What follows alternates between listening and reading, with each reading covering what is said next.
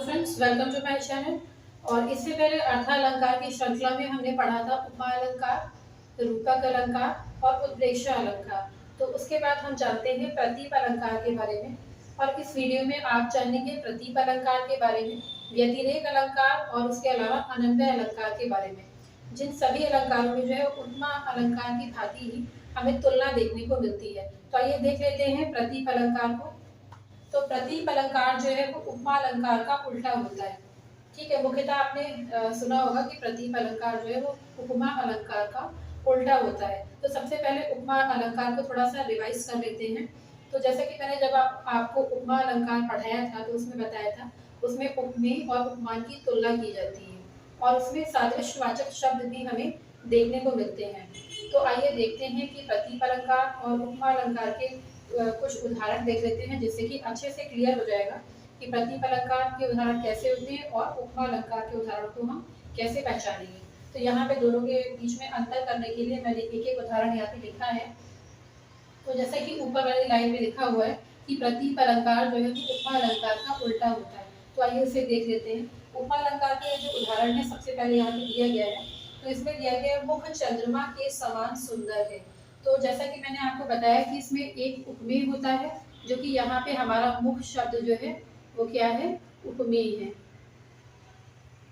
उपमेय शब्द जो है वो मुख है और चंद्रमा जो है वो क्या है, उपमान है।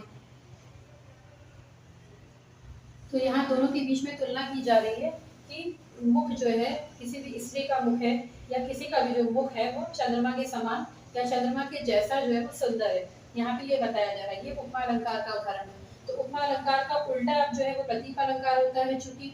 तो यहाँ पे प्रतीप अलंकार जो है वो देखिए, चंद्रमा जो है वो यहाँ पे उपमान के रूप में प्रस्तुत किया गया है और यहाँ पे जो है वो चंद्रमा जो है वो उपमेय के रूप में प्रस्तुत किया गया है। यानी उपमान को उपमेय बना दिया जाता है और उपमेय जो कि मुख है उसको क्या कर दिया जाता है, उपमान बना दिया जाता है।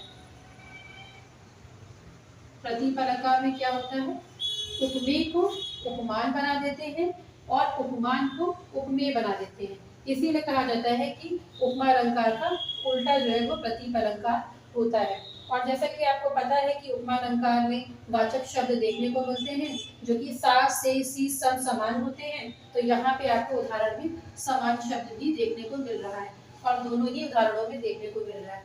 तो ये था उपमा अलंकार का उदाहरण और ये था प्रतीप अलंकार का उदाहरण। आई होप आपको समझ में आया होगा कि यहाँ पे उपमेय को उपमान और जो कि उपमा अलंकार में उपमान है उसे उपमेय बना दिया जाता है। इसलिए जो है वो इसकी परिभाषा में कहा जाता है कि प्रतीप अलंकार जो है वो उपमा अलंकार का उल्टा होता है। और इसकी प्रतीप अलंकार की एक पहचान और है, जैसे कि आप उसे आसानी से परीक्षाओं में पहचान सकते हैं। यहाँ उपमेय को उपमान के रूप में तो प्रस्तुत किया ही जाता है तथा प्रसिद्ध चीज को कम आंकते हैं। अब प्रसिद्ध चीज क्या है, यहाँ पे चंद्रमा है। ज्यादातर हम लोग जो है वो चंद्रमा की सुंदरता की तुलना जो है वो किसी स्त्री के मुख से या किसी से भी करते हैं। तो यहाँ पे जो है वो चंद्रमा को जो है वो कम आंका गया है। चंद्रमा मुख के समान सुंदर है, यानी मुख अधिक सुंदर है और चंद्रमा कम सुंदर है। यहाँ पे ये बताने का प्रयत्न किया गया है, यानी उपमान को जो है वो अधिक महत्वपूर्ण या श्रेष्ठ बताने का प्रयत्न यहाँ पर किया गया है। तो ये भी जो है वो आप इससे भी पहचान सकते हैं। और ये चीज आपको कब आएगी, जब आप प्रैक्टिस करेंगे तब आपको आएगी, क्योंकि दोनों ही उदाहरणों में देखिए शब्द भी जो है वो समान है। अगर जरा सी भी चूक होती है तो वो प्रतीप अलंकार भी हो सकता है, उपमा अलंकार भी हो सकता है। इसके लिए आपको प्रैक्टिस करनी पड़ेगी, उससे जो है वो आप आसानी से इसको पहचान सकते हैं। तो ये था प्रतीप अलंकार। आई होप आपको इसका उदाहरण जो है वो अच्छे से समझ में आया होगा। अभी हम कुछ अन्य उदाहरणों को भी करेंगे जिससे कि हमारा जो प्रतीप अलंकार है वो और अच्छे से क्लियर हो जाएगा। पहले हमने प्रतीप अलंकार का एक उदाहरण देखा था और उसकी परिभाषा के बारे में जाना था। तो कुछ उसके अन्य उदाहरण हैं, उनके बारे में भी देख लेते हैं और उसे और अच्छे से समझ लेते हैं कि प्रतीप अलंकार वास्तविकता में है क्या। तो आइए दूसरा उदाहरण देखते हैं प्रतीप अलंकार का, जो कि है हमारा उसकी आंखें हिरण के समान चंचल है। तो ये उपमा अलंकार का उदाहरण है। और यदि प्रतीप अलंकार के उदाहरण के रूप में देखा जाए तो नीचे जो है वो इसका प्रतीप अलंकार का उदाहरण दिया गया है। हिरण की आंखें उसकी आंखों के समान चंचल है। तो यहाँ पे सबसे पहले उपमा अलंकार में हम उपमेय जो है उसे देख लेते हैं कि ये जो है वो हमारा उसकी आंखें शब्द जो है वो क्या होगा, उपमेय शब्द होगा। और हिरण शब्द जो है वो यहाँ पे हमारा क्या होगा, उपमान होगा। तो ये था हिरण शब्द। और उसके अलावा उपमा अलंकार है, तो यहाँ पे सादृश्यवाचक शब्द जो कि समान है वो भी देखने को मिला है। तो उपमा अलंकार का उल्टा प्रतीक अलंकार होता है। तो यहाँ पे देखिए उपमान को उपमेय बना दिया गया है और उपमेय को उपमान बना दिया गया है। यानी कि यहाँ पे हो गया हिरण की आंखें, तो यहाँ पे ये जो है वो क्या हो जाएगा, उपमेय हो जाएगा, हिरण की आंखें, और यहाँ पे उसकी आंखों के समान। तो यहाँ पे ये जो है हमारा क्या हो जाएगा, उपमान हो जाएगा, ये हो जाएगा उपमान। और चूंकि ये जो है उपमा अलंकार का उल्टा होता है, इसलिए इसमें भी समान शब्द देखने को मिलेगा जो कि हमारा वाचक शब्द है। तो यहाँ पे जो है वो क्या किया गया, उपमेय को उपमान बना दिया गया, यानी उसकी आंखें शब्द क्या है, उपमेय है, तो इसको उपमान बना दिया गया है। और हिरण शब्द क्या है, उपमान है, तो उसे क्या बना दिया गया है, उपमेय बना दिया गया है। इसीलिए कहा जाता है कि जो प्रतीक अलंकार है वो उपमा अलंकार का उल्टा होता है। ठीक है। और यहाँ पे देखिए ज्यादातर हम लोग जो है वो कहते हैं ना मृग नयनी, मतलब कि हिरण जैसी आंखों वाली, तो हिरण जो है उसको यहाँ पे कम आंका गया है प्रतीक अलंकार में। हिरण की आंखें उसकी आंखों के समान, मतलब उसकी आंखें जो है वो इतनी सुंदर है कि हिरण की आंखें भी उसके सामने कुछ नहीं है, यहाँ पे ये बताने का प्रयत्न किया गया है। मतलब कि उसकी आंखों की चंचलता जो है वो हिरण की आंखों की चंचलता से भी जो है वो अधिक है। तो यहाँ पे ये बताने का प्रयत्न किया गया है। तो ये दूसरा उदाहरण था, आई होप आपको समझ में आया होगा। इसी तरीके का एक उदाहरण और देख लेते हैं जिससे कि और अच्छे से क्लियर हो जाए। तो तीसरा उदाहरण हमारा क्या है, नेत्र कमल के समान है। तो ये उपमा अलंकार का उदाहरण है। अब उपमा अलंकार में सबसे पहले हम उपमेय देखते हैं जो कि हमारा नेत्र होगा। उपमेय शब्द क्या है, यहाँ पे हमारा नेत्र होगा, और कमल शब्द जो है वो हमारा होगा उपमान, कमल शब्द होगा उपमान। और समान शब्द आपको जैसा कि पता है कि ये सादृश्यवाचक शब्द है। और यहाँ पे देखिए प्रतीक अलंकार उसका उल्टा होता है, तो यहाँ पे कमल को क्या किया गया है, उपमेय बना दिया गया है, कमल को उपमेय, और नेत्र को जो है वो उपमान बना दिया गया। ठीक है, यहाँ पे कमल को क्या किया गया, उपमेय बना दिया गया है, और नेत्र को उपमान बना दिया गया है, और ये समान शब्द भी देखने को मिला है। तो यहाँ पे ये भी जो है वो हमारा क्या था, ये भी हमारा प्रतीक अलंकार का उदाहरण था। नेत्र कमल के समान है, ज्यादातर जो है वो नेत्रों की तुलना जो है वो कमल से की जाती है यहाँ पे, परंतु यहाँ पे जो है वो इसको कमल शब्द को उपमेय बना दिया गया है, और नेत्र शब्द को जो है वो उपमान के रूप में प्रस्तुत किया गया। यानी कि यहाँ पे जो है वो उपमेय शब्द को जो है वो नीचा दिखाने की एक तरीके से कह सकते हैं कोशिश की गई है, या फिर ये कह सकते हैं कि तुच्छ दिखाने की कोशिश की गई है। और जो हमारा ये शब्द है, इस शब्द को जो है वो उपमान बना करके उसे श्रेष्ठ बनाने की कोशिश की गई है। तो यहाँ पे ये जो है वो तीन उदाहरण थे, आई होप आपको समझ में आए होंगे प्रतीक अलंकार के। तो ये प्रतीक अलंकार था। उसके बाद जो है हम व्यतिरेक अलंकार के बारे में जानेंगे कि व्यतिरेक अलंकार में किस प्रकार से तुलना होती है और उसको हम कैसे पहचानेंगे। तो इससे पहले हमने प्रतीक अलंकार के बारे में जाना था इस वीडियो में। आप जानते हैं व्यतिरेक अलंकार के बारे में। तो व्यतिरेक अलंकार वास्तविकता में है क्या, इसको जानने के लिए चलते हैं ब्लैक बोर्ड पे। सबसे पहले इसकी परिभाषा देख लेते हैं। यहाँ उपमेय को उपमान से अधिक श्रेष्ठ बताया जाता है और उसका कारण भी बताया जाता है। तो ये इसकी परिभाषा थी। आइए उदाहरण के माध्यम से समझने का प्रयत्न करते हैं। राधा मुखचंद्र सा कहते हैं मतिरंग, निष्कलंक है वह सदा उसमें प्रकट कलंक। तो सबसे पहले जो है वो पहली पंक्तियों में हम उपमेय और उपमान को छांट लेते हैं। तो राधा मुख शब्द ये हमारा क्या है, ये हमारा उपमेय है। राधा मुख शब्द जो है वो हमारा क्या है, उपमेय है। तो अब इसके बाद हम देखते हैं उपमान। तो राधा के मुख की जो तुलना है वो किससे की गई है, उपमान शब्द जो है वो हमारा क्या है, यहाँ पे उपमान शब्द है हमारा चंद्र। तो यहाँ पे हमें उपमेय और उपमान मिल गया। जैसा कि आप जानते हैं कि इसमें जो है वो हमारा उपमा अलंकार हो, प्रतीक अलंकार हो, व्यतिरेक अलंकार हो, और अनन्य अलंकार, ये चारों ही अलंकार जो है इसमें तुलना की गई होती है।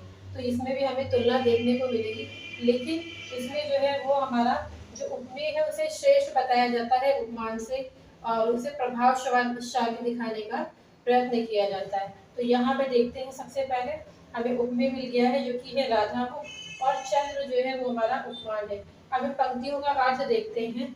राधा मुख अर्थात राधा का जो मुख है चंद्र सा यानी कि चंद्र के समान है या चंद्र के जैसा है, चंद्रमा के जैसा है। मतिरंग, तो मतिरंग शब्द का अर्थ यहाँ पे है मन को मोह लेने वाला, अर्थात मनमोहक। जैसे कि चंद्रमा की सुंदरता जो है वो मनुष्य का मन मोह लेती है, इसी तरीके से राधा का जो मुख है वो भी उतना ही सुंदर है और वो भी मन को मोह लेने वाला है या मनमोहक है। तो यहाँ पे इस लाइन का अर्थ ये था। अब देखते हैं नीचे वाली लाइन क्या कह रही है। क्योंकि हमें यहाँ पे जो है वो उपमेय को श्रेष्ठ दिखाना है या उपमान से अत्यधिक प्रभावशाली दिखाना है, तो उसके लिए आगे वाली पंक्तियां पढ़ते हैं। निष्कलंक है वह सदा, उसमें प्रकट कलंक। तो अब देखिए निष्कलंक है वह सदा, ये किसके लिए कहा गया है? ये राधा मुख के लिए कहा गया है। यानी कि राधा का जो मुख है वो क्या है? निष्कलंक है, वो तो बेदाग है, स्वच्छ है, या ये कह सकते हैं कि वह जो है दोष रहित है, उसमें कोई दोष नहीं है। और निष्कलंक है वह सदा, यानी कि राधा का मुख जो है वो चंद्रमा के मुख से अधिक ये कह सकते हैं अच्छा है, कह सकते हैं, या अधिक सुंदर है। तो यहाँ पे देखिए चंद्रमा के मुख से नहीं, चंद्रमा से, ठीक है। तो यहाँ पे राधा मुख चंद्र सा कहते हैं मतिरंग, निष्कलंक है वह सदा, यानी कि राधा का जो मुख है वो बेदाग है, यही कह सकते हैं दोष रहित है। जबकि जो चंद्रमा है वो उसमें प्रकट कलंक। अब किसमें प्रकट कलंक? यानी कि चंद्रमा में तो कलंक होता है, अर्थात चंद्रमा जो है वो सुंदर तो होता है परंतु उसमें दाग होता है। यानी कि यहाँ पे चंद्रमा को जो है वो तुच्छ दिखाने की कोशिश की गई है या कम आंका गया है, और राधा का जो मुख है उसे अधिक श्रेष्ठ और प्रभावशाली दिखाया गया है। तो ये इन पंक्तियों का अर्थ था कि राधा मुख चंद्रसा कहते हैं मतिरंग, राधा का मुख जो है वो चंद्रमा के समान सुंदर और मन को मोह लेने वाला है, परंतु राधा के मुख पर जो है वो कोई भी दाग नहीं है, या राधा का मुख बेदाग है, परंतु चंद्रमा में तो दाग है। अर्थात यहाँ पे चंद्रमा यानी कि उपमान को जो है वो तुच्छ दिखाने का प्रयत्न किया गया है या कम आंका गया है राधा के मुख की तुलना में, अर्थात उपमेय की तुलना में। क्योंकि व्यतिरेक अलंकार में जो है वो हमारा क्या होता है? व्यतिरेक अलंकार में उपमान को जो है वो तुच्छ दिखाया जाता है, या ये कह सकते हैं कि उपमान को जो है वो कम आंका जाता है और उपमेय को जो है वो अत्यधिक श्रेष्ठ दिखाया जाता है। अब यहाँ पे जो है जो राधा के मुख की तुलना की गई है या उपमेय को श्रेष्ठ बताया गया है, तो यहाँ पे परिभाषा कह दी कि उसका कारण भी बताया जाता है। किसका कारण बताया जाता है? कि उपमेय श्रेष्ठ क्यों है, इस बात का भी कारण बताया जाता है। तो यहाँ पे राधा का मुख क्यों जो है वो श्रेष्ठ है? क्योंकि उसमें कोई कलंक नहीं है, अर्थात उसमें कोई दाग नहीं है, वो बेदाग है। जबकि चंद्रमा जो है वो दाग से युक्त है, या ये कह सकते हैं कि चंद्रमा में दाग पाया जाता है। तो ये जो है वो आपका व्यतिरेक अलंकार का एक उदाहरण था। आई होप आपको समझ में आया होगा। अब देखते हैं दूसरा उदाहरण जो कि है हमारा रघुवर जस प्रताप के आगे शशि मलिन रवि शीतल लागे। तो सबसे पहले इसमें जो है हम उपमेय और उपमान देख लेंगे। तो उपमेय जो है वो हमारा रघुवर जस प्रताप, ये जो है वो हमारा क्या हो जाएगा? उपमेय हो जाएगा।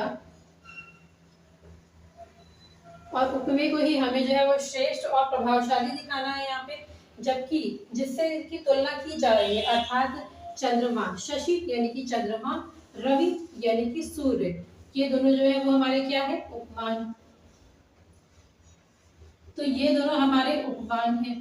तो अब इन्हें जो है वो यहाँ पे कम आंका जाएगा, और ऊपर वाला जो हमारा उपमेय है उसे श्रेष्ठ और प्रभावशाली दिखाया जाएगा।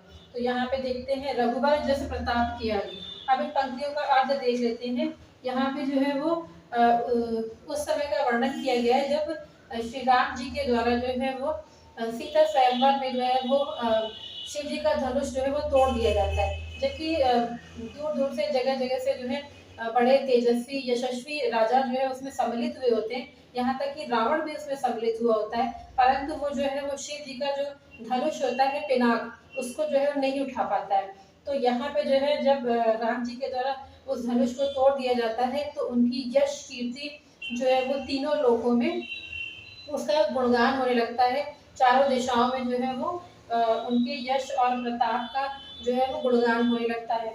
और जैसे ही ये खबर जो है वो किसी संदेश वाहक के द्वारा जो है वो अयोध्या पहुंचती है इनके पिता दशरथ जी के पास, और संदेश वाहक जब उन्हें बताते हैं कि जो है वो श्री राम ने जो है वो शिव जी का धनुष तोड़ दिया है और सीता स्वयंवर में, तो दशरथ जी उनसे पूछते हैं कि मेरा जो पुत्र है वो तो बहुत मतलब सुकुमार अर्थात बालक है अभी, और क्या तुम सही कह रहे हो, इस तरीके से उनके द्वारा ये पूछा जाता है। तब जो है वो संदेश वाहक रघुवीर जी का, या ये कह सकते हैं रघुवर जी का जो है उसके यश प्रताप का बखान करता है। तो देखिए वो क्या कहता है दशरथ जी से, रघुवर जस प्रताप के आगे। रघुवर अर्थात यहाँ पे श्री राम के बारे में कहा गया। यहाँ पे विष्णु जी के बारे में नहीं बताया गया, जो विष्णु जी के अवतार श्री राम जी थे, लेकिन यहाँ पे केवल श्री राम जी के बारे में बताया गया और उनको जो है वो दशरथ जी के पुत्र के रूप में देखा गया है, ना कि किसी भगवान के रूप में देखा गया। तो यहाँ पे बताया गया है रघुवर जस प्रताप के आगे। तो यानी कि वो कह रहा है संदेश वाहक कि श्री राम के जश अर्थात उनकी कीर्ति और उनके जो प्रताप, उनका जो तेज है उसके आगे शशि मलिन, यानी कि जो चंद्रमा है वो मलिन लग रहा है, यानी कि मैला लग रहा है। और रवि शीतल लगे, यानी कि जो रवि की जो तेज है, यानी कि जो सूरज में जो गर्मी होती है वो शीतलता में परिवर्तित हो गई, अर्थात जो शशि यानी कि चंद्रमा और रवि है उनको यहाँ पे कम आंकने का प्रयत्न किया गया, इन ग्रहों को कम आंका गया है और उनका जो तेज और प्रताप है उनके द्वारा धनुष तोड़ने पर उनकी यश कीर्ति जो है वो चारों दिशाओं में और तीनों लोकों में उनका गुणगान हो रहा है और लोग उनकी जय जयकार कर रहे हैं। ठीक है, यहाँ पे ये बताया गया है।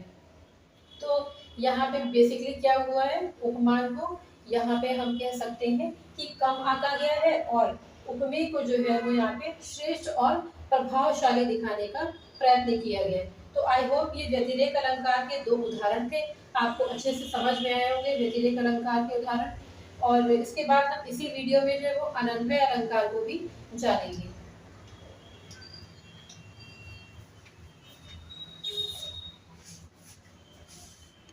हमने पढ़ा था प्रतीक अलंकार और व्यतिरेक अलंकार इस वीडियो में। अब हम जानेंगे अनन्वय अलंकार के बारे में कि अनन्वय अलंकार क्या होता है। जैसा कि मैंने आपको बताया था कि ये सभी अलंकार यानी कि प्रतीक अलंकार, व्यतिरेक अलंकार और अनन्वय अलंकार, ये तीनों ही अलंकार जो है उसमें हमें तुलना देखने को मिलती है। तो हम कैसे पहचानेंगे परीक्षाओं में कि जो अनन्वय अलंकार है वो उसमें क्या पहचान होती है उसकी, किस तरीके से उसे पहचानेंगे, आइए देखते हैं।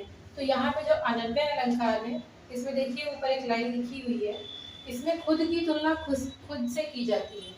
अब देखिए खुद की तुलना खुद से कैसे की जाती है, हम इसे जो है वो उदाहरण के माध्यम से समझने का प्रयत्न करते हैं। यहाँ पे देखिए एक उदाहरण दिया गया है, यद्यपि आरत मारत है भारत के सम भारत है।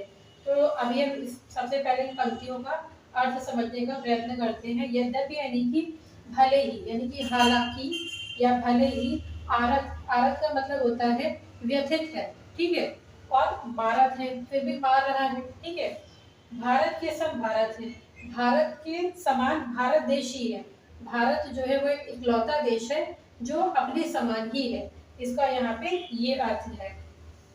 तो जैसा कि इसमें बताया गया है कि इसमें खुद की तुलना खुद से की जाती है, तो यहाँ पे भारत की तुलना भारत देश से ही की जा रही है, यानी कि वो अपने समान मतलब अपने जैसा इकलौता देश है, या ये कह सकते हैं वो अपने समान ही है। तो यहाँ पे जो ये पंक्तियां हैं वो भारतेंदु हरिश्चंद्र जी की भारत दुर्दशा से ली गई है। तो उस समय में उसमें उन्होंने जो भारत दुर्दशा जब लिखी थी तो उसमें जो अंग्रेजों के द्वारा जो भी अत्याचार किए जा रहे थे, या जो आपसी फूट थी, गरीबी थी, अशिक्षा थी, उससे जो है वो भारत जो है वो व्यथित था।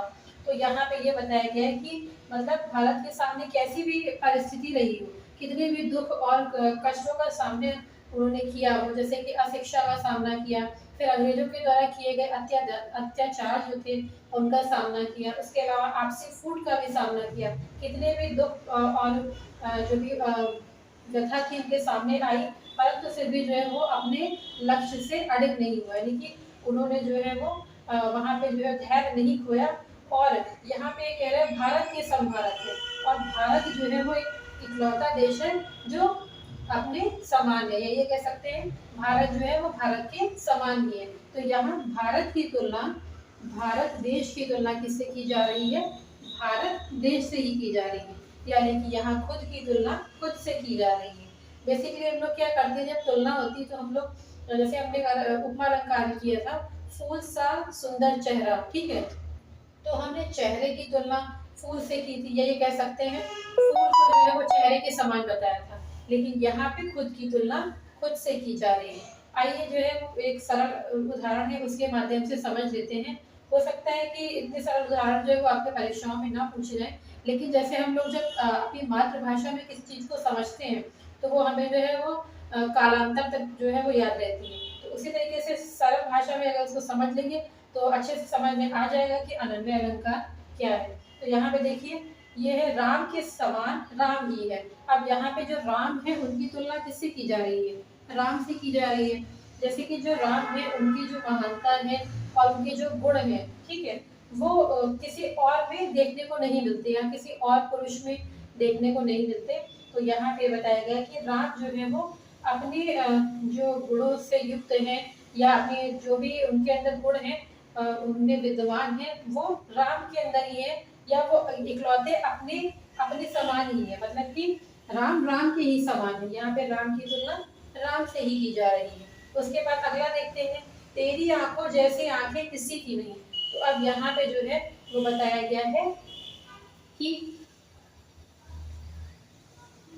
ये तेरी आंखों जैसी आंखें किसी की नहीं। तो यहाँ पे किसी व्यक्ति की, या ये कह सकते हैं कि किसी स्त्री की आंखों की तुलना उसकी आंखों से ही की जा रही है, अर्थात वो उसकी आंखों के समान जो है वो दुनिया में दूसरी आंखें नहीं है, या यहाँ पे उसकी आंखों की तुलना उसी की आंखों से की जा रही है। क्योंकि ऊपर परिभाषा लिखी के कह रही है, कि खुद की तुलना खुद से की जाती है। तो उसमें अब जो है वो कोई भी गुण हो सकता है मनुष्य का। तो यहाँ पे आंखों की तुलना की जा रही है, या किसी के जो होठों की तुलना की जाती है, किसी की जो है वो सुंदरता की तुलना की जाती है, किसी के मुख की तुलना की जाती है। तो यहाँ पे किसी भी स्त्री की, या कह सकते हैं किसी की भी जो है वो आंखों की तुलना उसी की आंखों से की जा रही, कि उसकी आंखों के समान उसी की आंखें हैं। मतलब अब यहाँ पे हम एग्जाम्पल के लिए ले लेते हैं कि राधा की आंखें जो है उसी की आंखों के समान है, यानी कि उसकी आंखों के समान दूसरी किसी भी स्त्री की आंखें नहीं है, यानी कि वो स्वयं में अद्वितीय है, ये कह सकते हैं। तो यहाँ पे इसी तरीके से भारत की तुलना भारत से की गई है, राम भगवान की तुलना राम भगवान से ही की गई है, उनके समान जो है वो दूसरा कोई नहीं है। और यहाँ पे किसी की तुलना किसी, अर्थात किसी स्त्री की आंखों की तुलना उसी की आंखों से की जा रही है। तो ये था अनन्वय अलंकार। आई होप आपको अनन्वय अलंकार अच्छे से समझ में आया होगा। इस वीडियो में हमने प्रतीप अलंकार के बारे में जाना, और उसके बाद हमने व्यतिरेक अलंकार और अनन्वय अलंकार के बारे में जाना। इन तीनों अलंकार में हमें तुलना देखने को मिलती है। तो सबसे पहले जब मैंने आपको प्रतीप अलंकार पढ़ाया था, तो प्रतीप अलंकार में बताया था कि उसमें जो है वो आपको प्रतीप अलंकार उपमा अलंकार का उल्टा होता है, ठीक है। और दूसरा हमने पढ़ाया था आपको व्यतिरेक अलंकार। व्यतिरेक अलंकार में मैंने आपको क्या बताया था कि उसमें जो है वो उपमेय को श्रेष्ठ बताया जाता है, अत्यधिक प्रभावशाली बताया जाता है, और ये भी बताया जाता है कि वो अत्यधिक प्रभावशाली या श्रेष्ठ क्यों है, ठीक है, इस उसका कारण भी दिया जाता है। तो उस तरीके से आप व्यतिरेक अलंकार को समझ सकते हैं। और उसके बाद अगला है हमारा अनन्वय अलंकार। अगर अनन्वय अलंकार का उदाहरण भी आपकी परीक्षाओं में आ जाता है तो आप इसे इस तरीके से पहचान सकते हैं, जब खुद की तुलना खुद से की जा रही हो तो वहां पे आपका अनन्वय अलंकार होगा। तो ये तीन अलंकार थे। आई होप आपको ये तीनों अलंकार अच्छे से समझ में आए होंगे। तो अगले अलंकारों के लिए हमारा अगला वीडियो जो आगे का आएगा उसे देखना न भूलिएगा, और इसी तरीके के वीडियो देखने के लिए हमारे चैनल को लाइक या सब्सक्राइब करना मत भूलिए। तब तक के लिए टेक केयर।